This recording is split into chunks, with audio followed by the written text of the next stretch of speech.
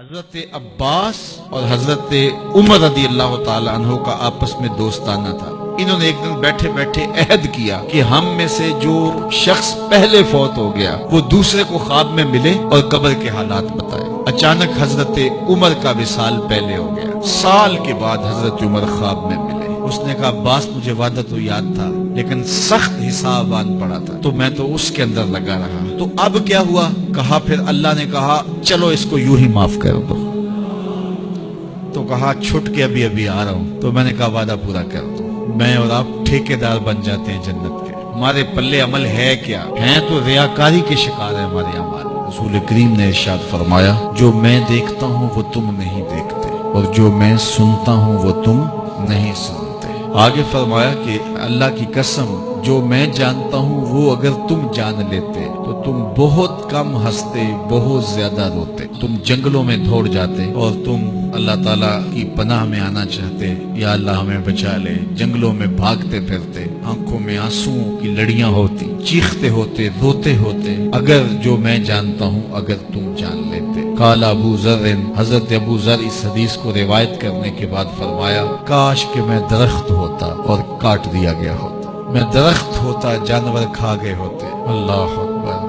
حضرت عمر رضی اللہ تعالیٰ عنہ ایک کچی اینٹ اٹھاتے ہیں، پھر نیچے رکھ دیتے ہیں، پھر اٹھاتے ہیں، پھر رکھ دیتے ہیں اور پھر کہتے ہیں کاش کہ میں یہ اینٹ ہوتا۔ حضرت سیدنا صدیق اکبر رضی اللہ تعالیٰ عنہ درخت کے نیچے بیٹھے تھے، ایک چڑیا ایک شاخ سے اڑ کے دوسری شاخ پہ جاتی، وہاں سے اڑ کے پھر دوسری شاخ پہ آتی۔ حضرت صدیق اکبر رو پڑے، کہا چڑیا کتنی موج میں ہے، جس شاخ پہ چاہے بیٹھتی ہے اور قیامت کے دن تیرا حساب بھی نہیں ہوگا۔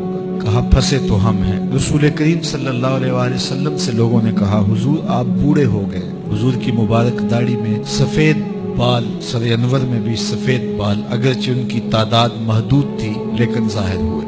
کہا سورہ ہود اور اس کی مماثل صورتوں نے مجھے بوڑھا کر دیا، کیونکہ ان صورتوں میں اللہ کے عذابوں کا ذکر ہے، آخرت کا ذکر ہے۔ یہ وہ بابرکت وجود ہیں، وہ بابرکت ذات ہیں جن کے دامن پہ گناہ کا ایک دھبا بھی نہیں ہے، اور میں اور آپ اپنے آپ کو دیکھیں تو ہم کہاں کھڑے ہیں۔ حضور نے حضرت عائشہ سے کہا، زوجہ ہے رسول کریم صلی اللہ علیہ وسلم کی، محبوبہ محبوب کائنات، لیکن ان سے بھی میرے حضور نے کہا عائشہ گناہوں کو کبھی چھوٹا نہ سمجھنا، گناہوں کو حقیر نہ سمجھنا کہ یہ چھوٹے ہیں کوئی بات نہیں، اس سے کیا ہوگا، اس دن حساب ہوگا، اس دن پوچھا جائے گا۔ تو اپنی زندگی کو مرتب اور منظم کر کے رکھو۔